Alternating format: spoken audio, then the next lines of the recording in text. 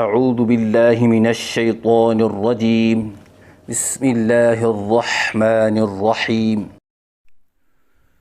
حمزہ زبر ا، حمزہ زیر ای، حمزہ پیش او، ا ای او۔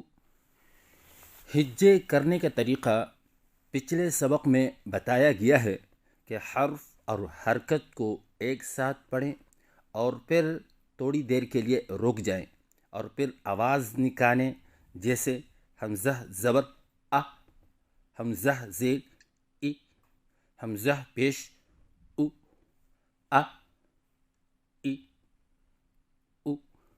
اور اسی طرح اس کا رواں بھی الگ الگ پڑھیں، جیسے ا ای او۔ ایک ساتھ اکٹھا نہ پڑھیں، جیسے ا ای او۔ اسی طرح کرنے سے نہ ادائیگی درست ہوگی اور نہ آوازیں درست ہوں گی۔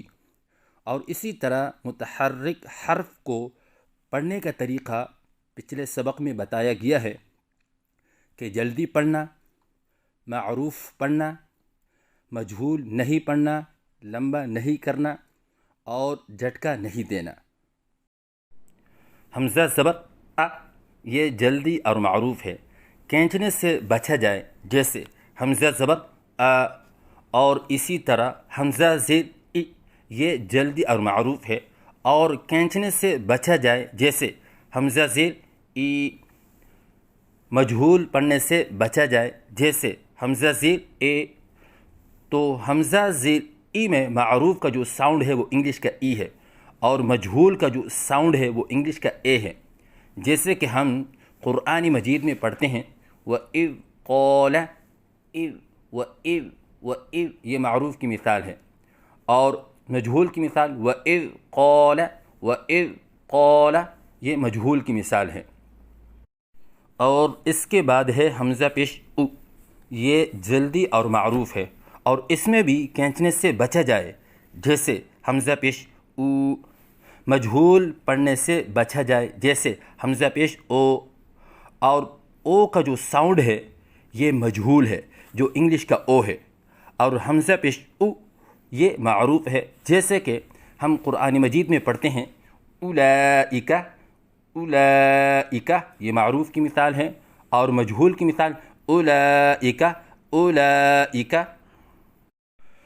اب یہاں پر ایک سوال اٹھتا ہے کہ آپ نے شروع میں بتایا تھا کہ متحرک حرف میں جھٹکا نہیں دینا، یہاں پر تو آپ جھٹکا دیتے ہیں، تو اس کا جواب یہ ہے کہ یہ اس کی صفت ہے، یعنی جھٹکا دینا، جیسے سین میں سیٹی کی صفت ہے۔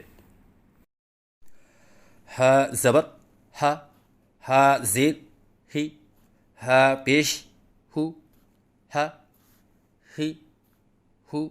اسی طرح الگ الگ پڑھیں، ایک ساتھ اکٹھا نہ پڑھیں، جیسے ہ ہی ہو، کیونکہ اس طرح پڑھنے سے نہ ادائیگی درست ہوگی اور نہ آوازیں درست ہوں گی۔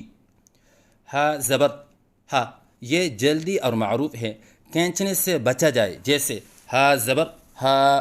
اور اسی طرح جھٹکا دینے سے بچا جائے، جیسے ہ زبر ہ۔